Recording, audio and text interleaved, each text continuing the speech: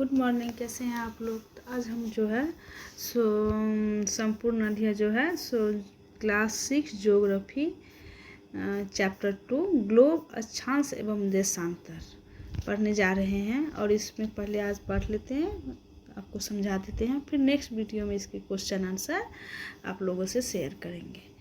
आप लोग प्लीज़ हमारे चैनल को लाइक और सब्सक्राइब ज़रूर कीजिएगा। तो इसमें पूछा गया कि ग्लोब अक्षांश एवं देशांतर क्या है। कि पिछले अध्याय में आप पढ़ चुके हैं कि हमारी पृथ्वी गोलाकार नहीं है, यह उत्तर एवं दक्षिण ध्रुव पर थोड़ी चपटी तथा मध्य में थोड़ी उभरी हुई है। क्या आप कल्पना कर सकते हैं कि यह कैसी दिखती है? इस संबंध में जानकारी प्राप्त करने के लिए आप अपनी कक्षा में सावधानीपूर्वक ग्लोब को देखिए। ग्लोब पृथ्वी का लघु रूप में एक वास्तविक प्रतिरूप होता है। ठीक है, जैसा कि हमारा पृथ्वी है तो ग्लोब सेम वैसा ही होता है।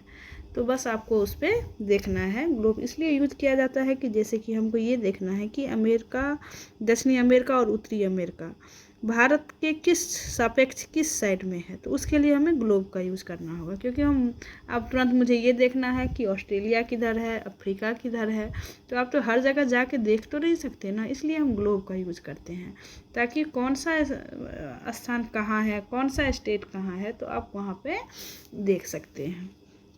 फिर है कि ग्लोब विभिन्न आकार एवं प्रकार के होते हैं। ग्लोब जो है वो बड़ा भी होता है और छोटा भी होता है। ये आसानी से एक स्थान से दूसरे स्थान तक ले जाया जाता है। इसमें मेन जो पॉइंट है उसको मैं आपके साथ डिस्कस कर रही हूँ। बाकी अगर आपको पढ़ना हो तो ये इसमें से आप पढ़ सकते हैं। फिर है कि यह पॉकेट में रखने योग्य छोटे ग्लोब तथा गुब्बारे जैसे ग्लोब जिनमें हवा भरी जा सकती है, यह आसानी से एक स्थान से दूसरे स्थान पर ले जाया जा सकता है। ठीक है।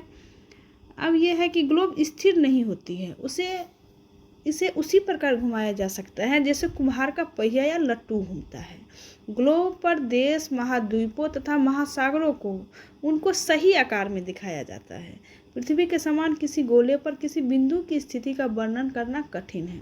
अब प्रश्न यह उठता है कि इस पर किसी स्थान की स्थिति कैसे बताई जा सकती है। इसके लिए हमें कुछ बिंदुओं एवं रेखाओं के संदर्भ की आवश्यकता होती है। आप देखेंगे कि एक सुई ग्लोब में झुकी हुई अवस्था में स्थित होती है जिसे अक्ष कहा जाता है। ग्लोब पर वे दो बिंदु जिनसे होकर सुई गुजरती है उत्तर तथा दक्षिण ध्रुव है। ग्लोब को इस सुई के चारों ओर पृथ्वी की भांति पश्चिम से पूरब की ओर घुमाया जा सकता है, लेकिन याद रखें इन दोनों में एक अंतर है। पृथ्वी पर वास्तव में ऐसी कोई सुई नहीं है, यह अपने अक्ष पर चारों ओर घूमती है जो एक काल्पनिक रेखा है। यह एक अन्य काल्पनिक रेखा भी ग्लोब को दो बराबर भागों में बांटती है। देख लिए।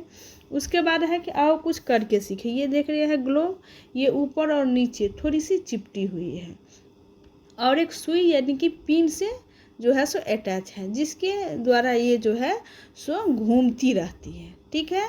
इसमें एक चीज़ याद करने वाला, एक दो चीज़ पॉइंट ऐसा है जो याद किया जा सकता है।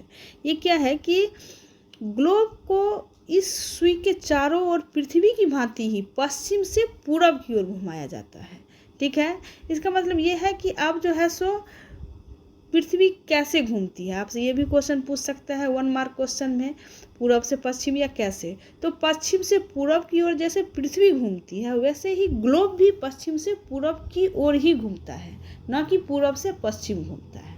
तो इस चीज़ को आप लोग जरूर याद रखिएगा। ये पेन पॉइंट है ये आपका इस चैप्टर का। ठीक है। उसके बाद है आओ कुछ करके सीखें। तो एक बड़ा सा गोलाकार आलू या गेंद ले ले। स्वेटर का बुनने वाली सिलाई की जो होती है ना, उसको भी जो है सो आप रख ले। फिर स्वेटर बुनने वाली जो वो होती है सुई की तरह रहती है, यह सिलाई ग्लोब पर दर्शाए गए अक्ष के अनुरूप ही है। अब आप इस आलू या गेंद को उसके अक्ष पर बाएं से दाएं घुमा सकते हैं। आप घर में बैठे बैठे ये काम कर सकते हैं, या जो टीचर हैं वो जो है सो अपने बच्चे को ये घर से प्रोजेक्ट करने के लिए कह सकते हैं, या स्कूल में भी दिखा सकते हैं। फिर है कि एक काल्पनिक रेखा जो ग्लोब को दो बराबर भागों में बांटती है। ठीक है। एक काल्पनिक रेखा जो ग्लोब को दो बराबर भागों में बांटती है उसे विषुवत वृत्त कहते हैं। ये रेड लाइन में आप देख रहे हैं, उसे विषुवत वृत्त कहा जाता है। पृथ्वी के उत्तर में स्थित आधे भाग को उत्तरी गोलार्ध और दक्षिण वाले आधे भाग को दक्षिण गोलार्ध कहते हैं। ठीक है। इसमें एक मार्क आप कहीं पेन कॉपी पे नोट कर लीजिए कि एक काल्पनिक रेखा भी ग्लोब को 2 बराबर भागों में बांटते हैं, और ये काल्पनिक रेखा जो है इसे विषुवत वृत्त कहा जाता है। पृथ्वी के उत्तर में स्थित आधे भाग को उत्तरी गोलार्ध और दक्षिण वाले आधे भाग को दक्षिणी गोलार्ध कहा जाता है। ये दोनों बराबर के आधे भाग होते हैं। इस प्रकार विषुवत वृत्त पृथ्वी पर एक काल्पनिक वृत्त बनाती है।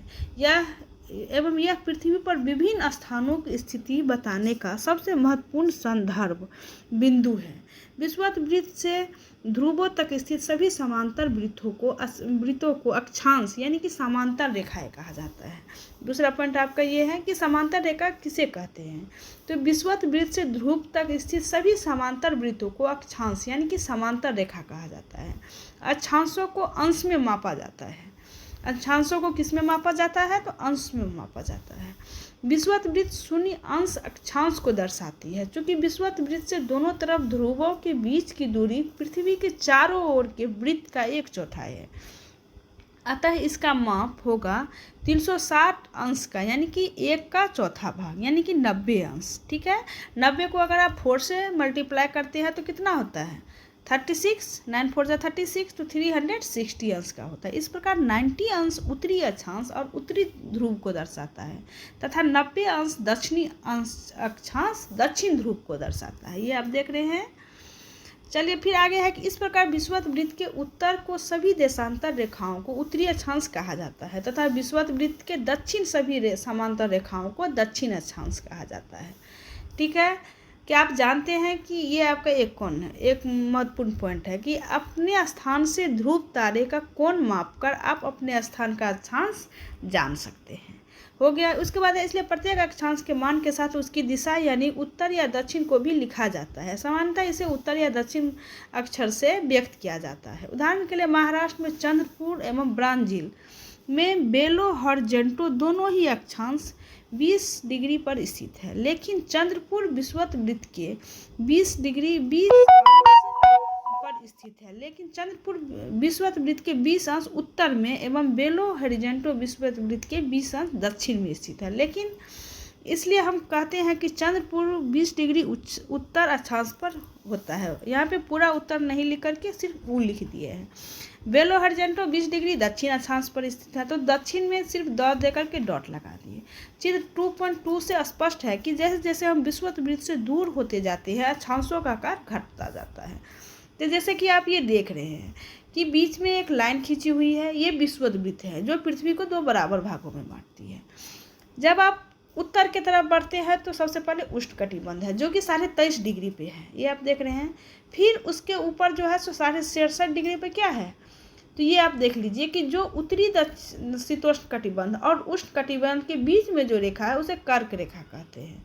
फिर है उत्तरी शीतोष्ण कटिबंध, उत्तरी ध्रुव वृत्त, उत्तरी शीत कटिबंध और उत्तरी ध्रुव। ठीक है, अगर क्वेश्चन पूछेगा कि विषुवत वृत्त से उत्तरी शीत कटिबंध कितने उत्तर पूरब है उत्तर में है, तो 67.5 डिग्री। कर्क रेखा कितने दूरी पे है, तो 23.5 डिग्री। फिर बैक आ जाइए, मकर रेखा कितनी दूरी पे है, तो 23.5 डिग्री।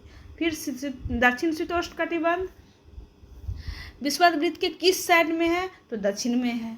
फिर दक्षिण ध्रुव वृत्त, फिर दक्षिण शीत कटिबंध और दक्षिण ध्रुव। तो ये हमारे पृथ्वी का एक छोटा सा मैप है। आप देख सकते हैं उसको किस प्रकार से बांटा गया है। हमारा इंडिया जो है सो उत्तरी ध्रुव में पड़ता है, इसलिए ये कर्क रेखा जो है सो इंडिया के 8 देशों से होकर गुजरती है। ठीक है, फिर आगे है कि महत्वपूर्ण अक्षांश समांतर रेखाएं। विषुवत वृत्त उत्तर ध्रुव तथा दक्षिण ध्रुव के अतिरिक्त 4 महत्वपूर्ण अक्षांश रेखाएं और भी है, और ये इस